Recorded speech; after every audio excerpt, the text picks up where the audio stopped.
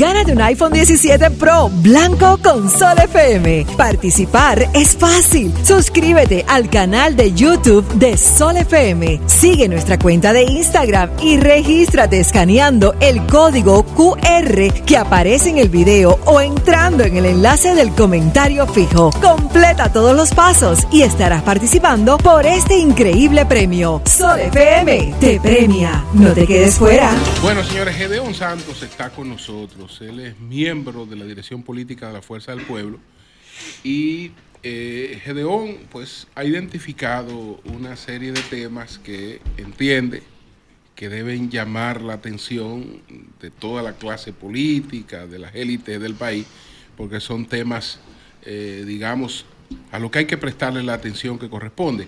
Pero antes de donde que tú nos... Perdón, Julio, la información recibo de parte de la Embajada Dominicana en Nicaragua, que acaba de temblar la tierra en Nicaragua, estimado en 5.1. Ahí está. A las 5:57 de la mañana estamos averiguando a ver si hay alguna situación especial, pero hay también un temblor de tierra en Nicaragua de 5.1. En el Palacio Presidencial de Nicaragua. No, en el país. Porque deberá ser de 8. Bueno. Están dentro, Nicaragua está dentro del cinturón de fuego. Sí. Así que parece que esa placa se está moviendo. Estaremos pendientes de esa información. Entonces, Gedeón, como decía, nos hablará de algunos temas que entiende que deben estar en las prioridades de la agenda nacional. Pero antes que entremos ahí, Gedeón, ¿en qué posición estamos parados con el conflicto en Irán? Ya después de las negociaciones, después que Irán anunció la apertura del estrecho de Hormuz, aunque ayer hubo un incidente. ¿En qué posición estamos parados? Bueno, primero, buenos días. Un placer estar aquí con ustedes, con todos amigos de vieja data. Así es, sí. Amigos hermanos. Y hermanos, sí, de vieja data. Bueno, el conflicto en Medio Oriente se está convirtiendo en una especie de conflicto de baja intensidad, porque no es que ha desaparecido. Lo que bajó fue la intensidad. La gente piensa que en la guerra solo está el elemento militar activo del campo de batalla. Pero la guerra tiene unos 6 o 7 elementos que... por eso se le llama guerra híbrida ahora. Normalmente hay una guerra económica, una guerra comercial, una guerra tecnológica, una guerra en los medios de comunicación, una guerra mediática. De hecho, todas las guerras comienzan en los medios de comunicación, porque hay que crear una narrativa y crear un relato que justifique la guerra, y por lo tanto el primer paso de una guerra es el relato. Entonces, en el caso de la guerra en Medio Oriente, están todos los elementos de la guerra híbrida. O sea, el campo de batalla bajó la intensidad, pero va a subir la intensidad en otras áreas de la guerra que no son exactamente el campo de batalla militar. El presidente Trump cayó en una trampa que se lo habían advertido sus generales más importantes, incluyendo el jefe de la CIA, el jefe del Pentágono, de que ir a Irán era un error. Creo que el presidente Trump se dejó seducir por la victoria rápida en Venezuela. Pensó que un hombre que le gusta jugar, pensó que la suerte en este caso le iba a acompañar, pero no funciona así el tema de las relaciones internacionales y mucho menos el tema de la guerra. Hoy se puede decir que Estados Unidos ha tenido una especie de derrota relativa. Digo relativa porque no hay derrotas absolutas en la guerra, siempre los dos salen dañados y por eso no hay ni victorias ni derrotas absolutas, olvídense de eso. Pero la gente piensa que el concepto de una victoria o de una derrota se da en el campo de batalla y de alguna manera es así, pero toda guerra es un objetivo político. Aquella frase de que la guerra es... la política por otros medios se aplica perfectamente. La guerra comienza con un objetivo político. Y si tú te pones a ver cuáles eran los objetivos políticos del presidente Trump, no se ha cumplido prácticamente ninguno. Entonces, si tú tienes 5 objetivos, 4 objetivos y no has cumplido ninguno, tú no has ganado. O sea, ese es el concepto clave, ¿verdad? Sin embargo, Irán ha sufrido muchos daños, pero creo que fue subestimada por muchos, especialmente en Occidente. Yo siempre creo que creerse la propia propaganda es un grave error.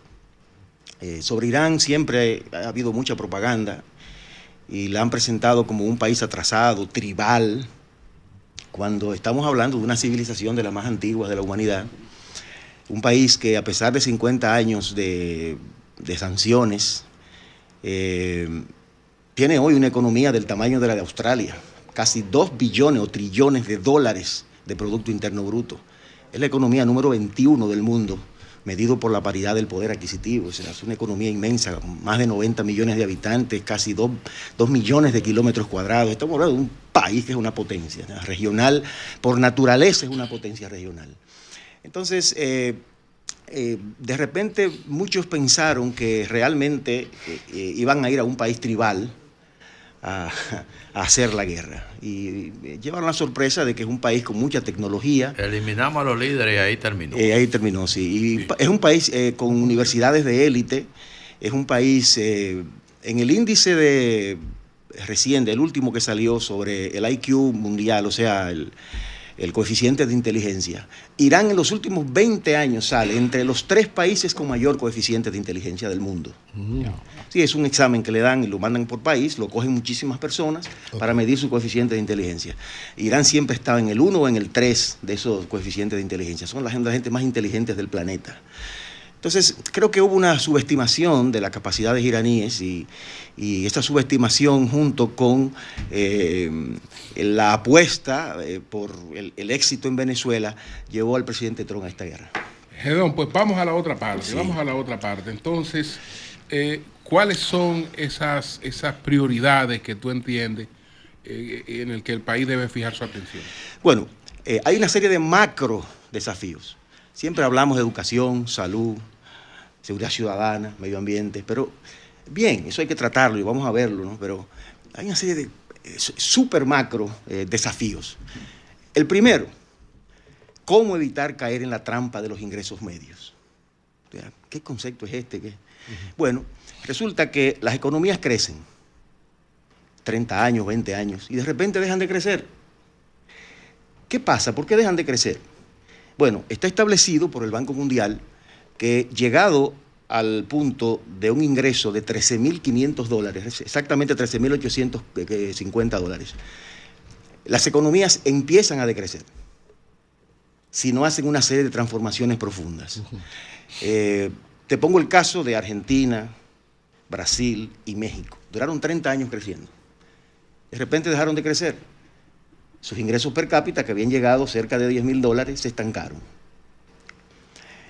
En cambio, países como los tigres asiáticos, especialmente pongo el caso de Corea, que es el país más grande, rompió ese nivel de ingresos y llegó a tener ingresos altos.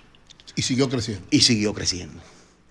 Entonces, la mayoría de los países no logran esto. Solo lo han logrado los tigres asiáticos. Ahora China está en el proceso en el que está o cae en la trampa de los ingresos o rompe la trampa y entra a los ingresos altos. ¿Qué es lo que está pasando? Nosotros este año vamos a llegar a los $12.000 de ingreso per cápita. ¿República Dominicana? Sí, República Dominicana. El año que viene, quizás no lo logremos, pero quizás en el 28 ya estemos en el umbral de los $13.500 que habla el Banco Mundial. Tenemos entonces el desafío de que cuando lleguemos a ese umbral hay una especie de deadline, ¿no?, en el que podemos subir y llegar a ingresos altos o quedarnos estancados en los ingresos medios, incluso bajar, como pasó con el caso de Brasil o el caso de México. Eso está aquí, por eso lo traigo, porque eso no es mañana, eso es este año, el año que viene, que vamos a entrar al punto donde los estudios dicen que entramos a la trampa de los ingresos medios. ¿Qué podría pasar aquí? ¿O qué hacer para no caer en la entonces, trampa? Exacto. ¿Cómo evitar que se nos caiga el crecimiento y por lo tanto con el crecimiento se nos caiga los ingresos per cápita de la población? Ese es el primer desafío. Yo lo voy a juntar ahora en un momento. El segundo desafío, ¿cómo lograr enriquecernos antes de que envejezca la población? parece como que es un tema nuestro, ¿no?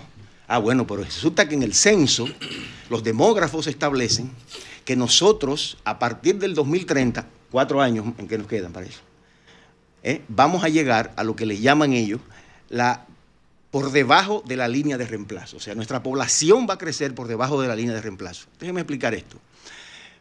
Todos los años mueren en una sociedad el 1,6% de su población. No importa qué sociedad, eso es un aproximado. Para tú sustituir a los que mueren, tú necesitas tener el sustituto del que muere y uno más para poder crecer. Por eso se calcula que un crecimiento de 2,1% anual sustituye al que muere. Entonces es un crecimiento todavía saludable. Cuando tú bajas de 2,1%, ya tú bajas de la línea de reemplazo y empieza tu población a decrecer. Entonces nosotros para el 2030 vamos a estar por debajo de la línea de reemplazo, 4 años.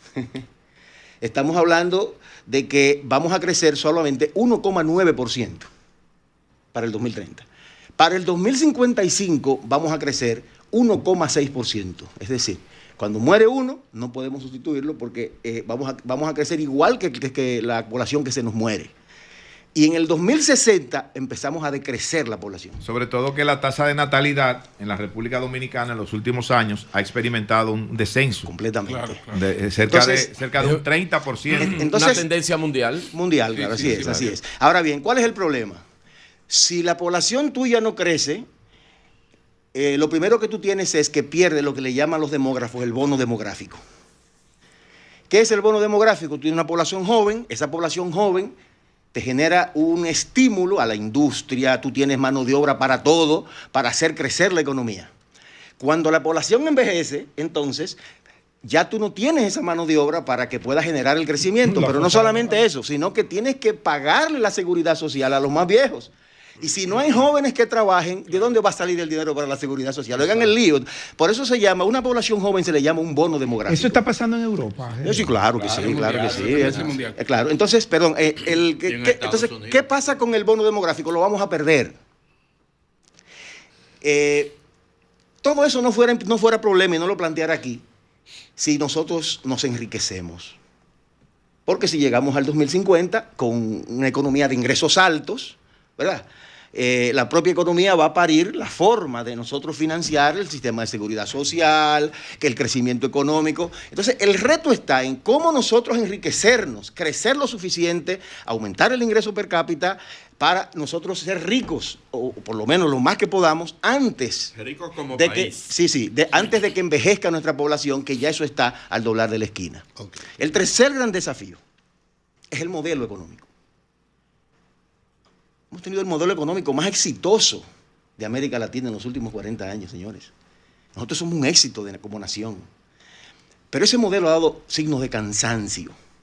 Y en algunas áreas, más que de cansancio, de crisis. Nuestro modelo, fundamentalmente, se ha basado en mano de obra barata, recursos naturales, intensivo en esos dos elementos, pero entonces ha generado una serie de problemas en energía, recaudación fiscal, educación y transporte. ¿Qué resulta? Si nosotros no cambiamos, yo no soy de los que cree que el modelo debe cambiarse, porque es un modelo de éxito y lo que funciona no se cambia, pero tenemos que hacer una profunda revisión de ese modelo que esencialmente es apostar a la calidad. Hasta ahora ha sido un modelo cuantitativo. Todas nuestras cifras de crecimiento, de avance en los últimos 40 años son cuantitativos. Ha llegado el momento de la calidad.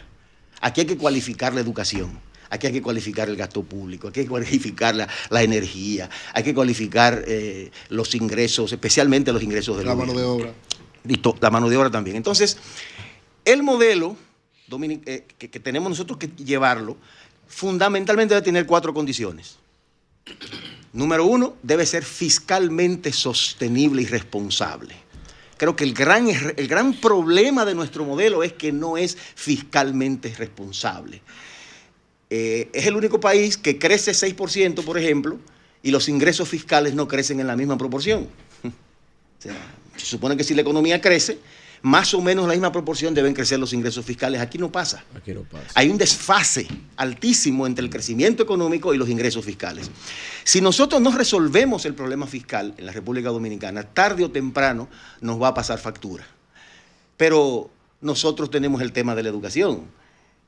Para hacer una economía competitiva de alto valor agregado, que es lo que nosotros necesitamos para nosotros reforzar el modelo y modernizar el modelo, sin una educación de calidad nosotros no podremos competir con los más avanzados del Asia sin una educación de calidad.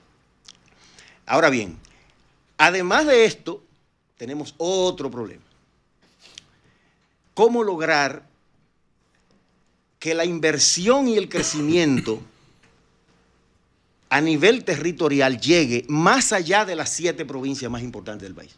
Si tú te pones a ver las estadísticas dominicanas, la mayor parte de la inversión, la mayor parte del crecimiento se concentran en 7 provincias. Esto tiene una lógica poblacional y política. Tiene una lógica política porque ahí se concentra casi el 80% de la población y del voto. Exacto. Entonces, tú no vas a ir a hacer una inversión en una provincia que el barrio de Herrera tiene más población que esa provincia. Tú prefieres el barrio de Herrera, hacer la inversión ahí y no a la provincia. Entonces, lo otro es que el sector privado tampoco invierte por la misma razón. O sea, es una población más pobre, no tiene recursos para comprar y entonces invierte en las 7 provincias donde hay más clientes. Entonces, lo que tenemos es un desfase nacional. Con esto que estamos haciendo vamos a crear 3 países. Un país del primer mundo en la capital, en Santiago, en el casco urbano.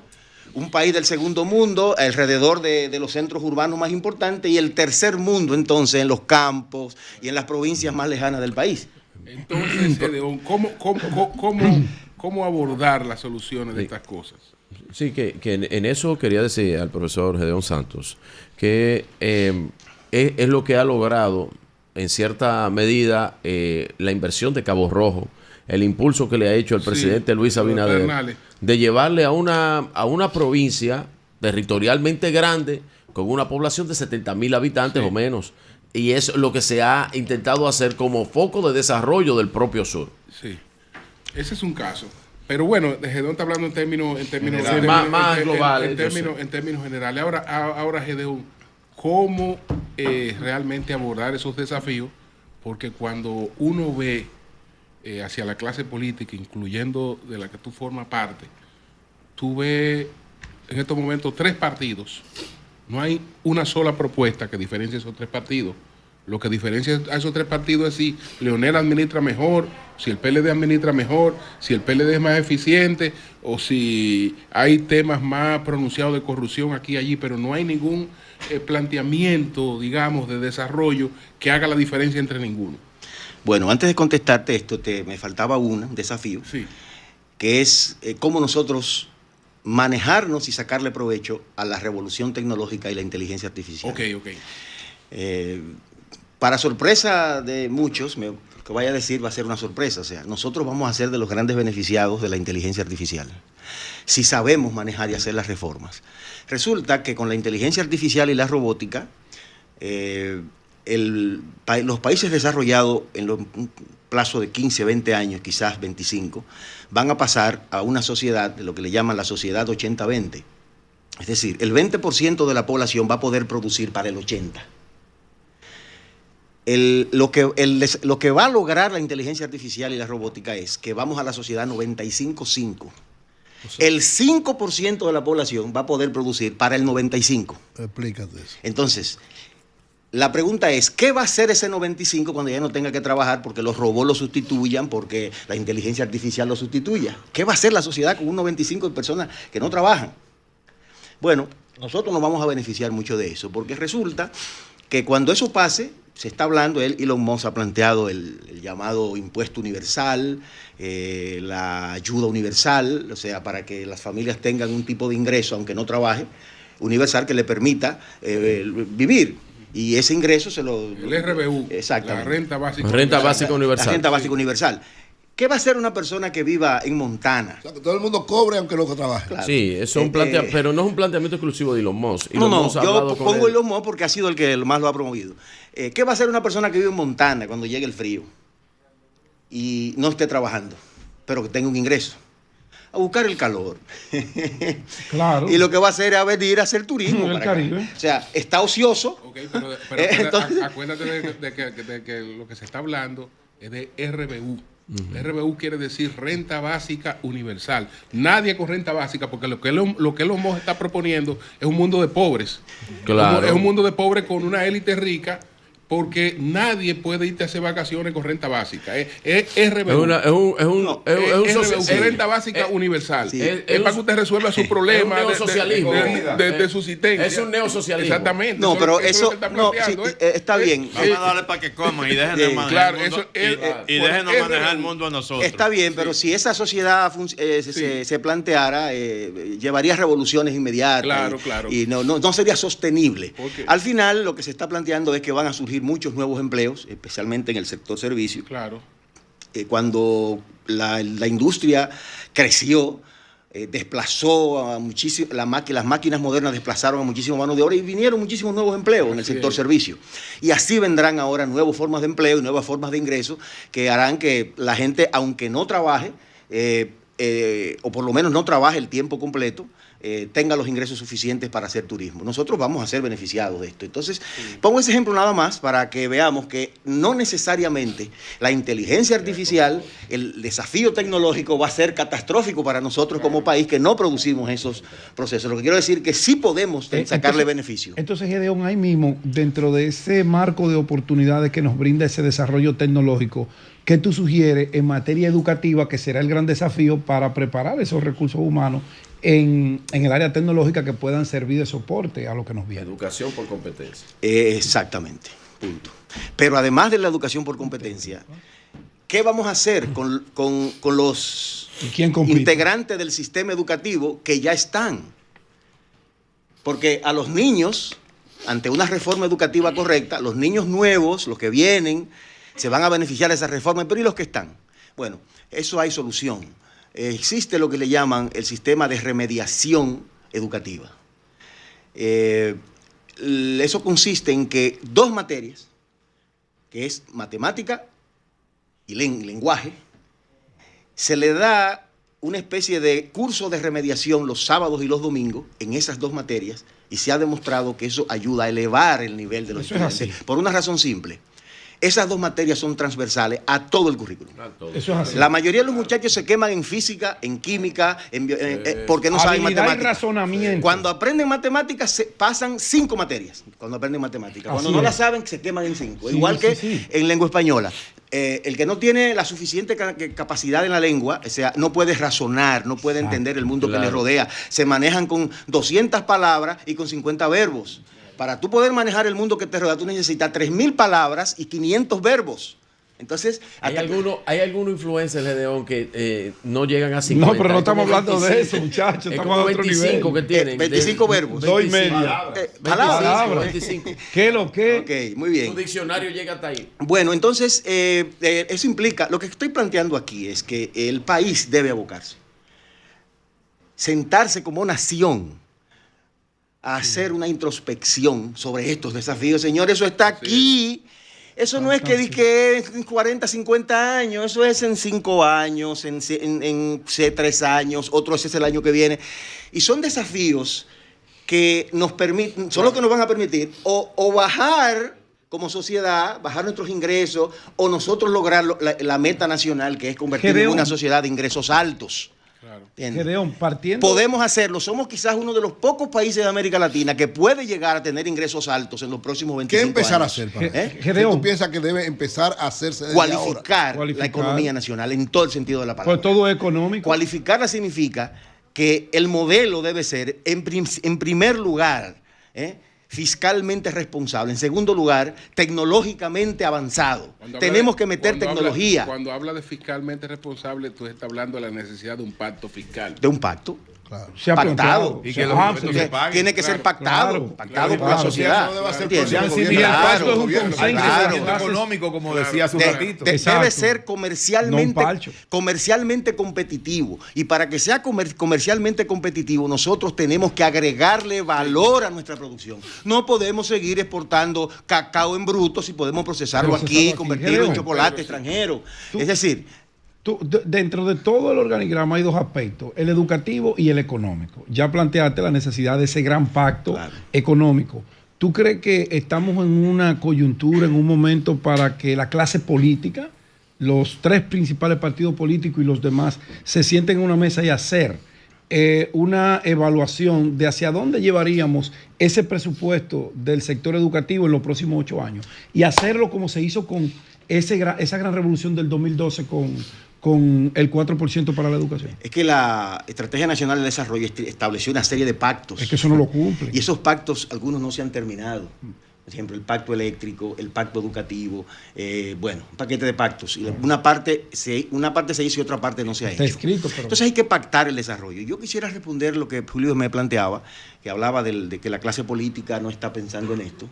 Y yo quisiera por lo menos decir aquí que en nuestro partido, la Fuerza del Pueblo, hay una comisión que se llama la Comisión Fiscalizadora de Políticas Públicas, que dirige el doctor Rafael Alburquerque, a la que yo pertenezco, que está haciendo un mapeo de todos estos desafíos.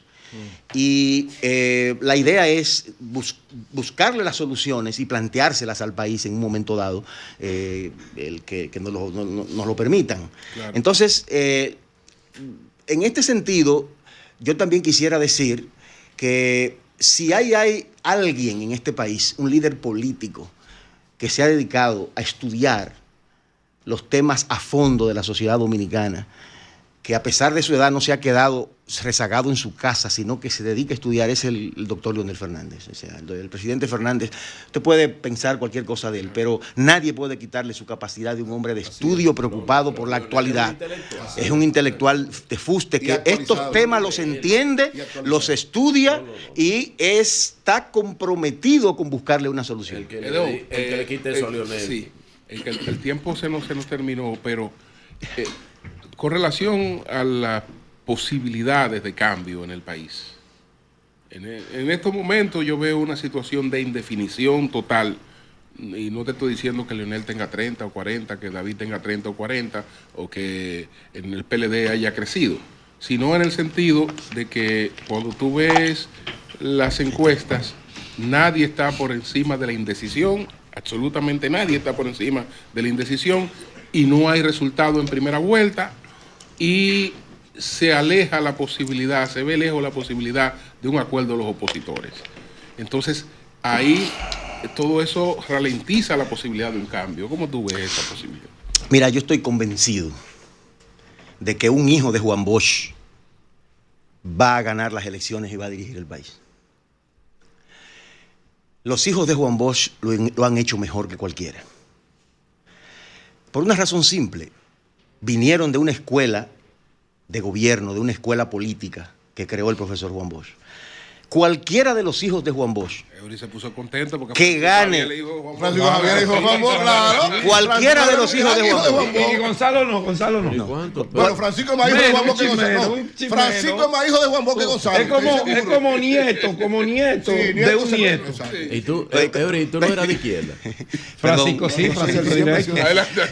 Cualquiera de los hijos de Juan Bosch que gane las elecciones, yo no tengo duda que va a ser un gran gobierno, porque viene de una escuela de gobierno, de una escuela. Mira, nosotros a veces nos incomodábamos con los folleticos, con los ciclos de estudio, nos incomodábamos. Óyeme, después que pasamos por el gobierno, nos descubrimos la importancia que tenían esos folleticos y la importancia que tenía la educación para todos nosotros, porque nos formaron. Entonces, ya sea cualquier candidato del Partido de la Liberación Dominicana, incluso Julio César Valentín, que está en su movimiento Conciencia Social, o a Carlos Amarante Varés, que está también en otra con su movimiento político, hasta ellos que llegaran al poder, yo no tengo dudas que van a hacer un gran gobierno. Ahora bien, ¿cuál es la realidad? Qué buena visión. La realidad es que para ganar las elecciones se necesitan votos y se necesita apoyo popular. Y quien tiene el apoyo popular en este momento es Leonel Fernández. que también es un hijo de Juan Bosch y un hijo aventajado de Juan Bosch. Entonces, yo no quiero decir que... Nayib, hijo de Balaguer. ¿Quién? Nayib. Bueno, un gran padre. No. Tiene un gran padre, es un modelo diferente. Un gran padre para él. Sigue con Juan Bosch. Y de Quique Antún, no hijo. Y de Quique Antún, es hijo de Balaguer, entonces es hijo del padre de la democracia. Está declarado por el Congreso. Entonces, de que llevó de la mano al gobierno al PLD también. Y el que hizo hace 30 años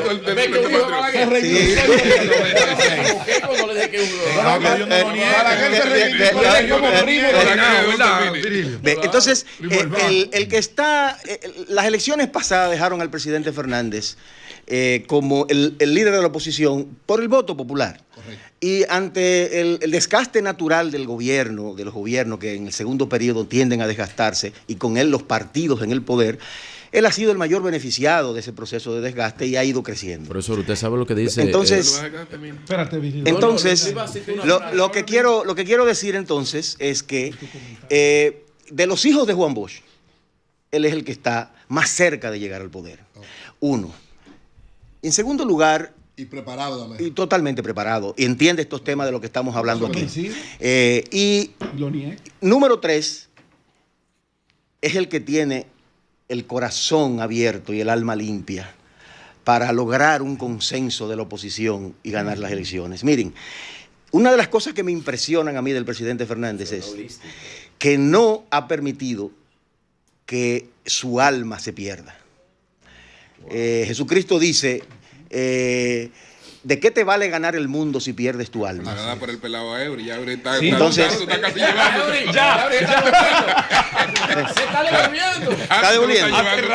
Entonces. Gedeón fue que me convenció para apoyar la reelección de la primera reelección de Danilo, que yo no estaba de acuerdo. Entonces, ¿qué es lo que pasa? Mira, uno ha aprendido en la política que siempre uno tiene que pisar el lodo en la política, y a veces el lodo te salpica o te rodea. Sí. La diferencia en la política está en cuando tú eres esponja que permite que ese lodo te absorba, o absorber ese lodo, o eres piedra que no permita que te penetre. Wow. Leonel es una piedra que no ha permitido que el lodo lo penetre. Bueno, pues muchas gracias. Y eso ha hecho que Leonel tenga un corazón y un alma tan noble que tú lo saludas y hablas con él, y Leonel lo que refleja es humanidad, cercanía, amor. Y eso lo que va a garantizar es que él tenga las condiciones para la unificación de la oposición y luego la unificación del país para las reformas. Gracias a Gedeón Santos. Muchas gracias. Excelente, brillante. Muchas gracias. Gedeón trajo unos temas. Yo te voy a llevar para adelante, pero era Yo voy a llevar a Nayib para que él se convenza de eso que dice.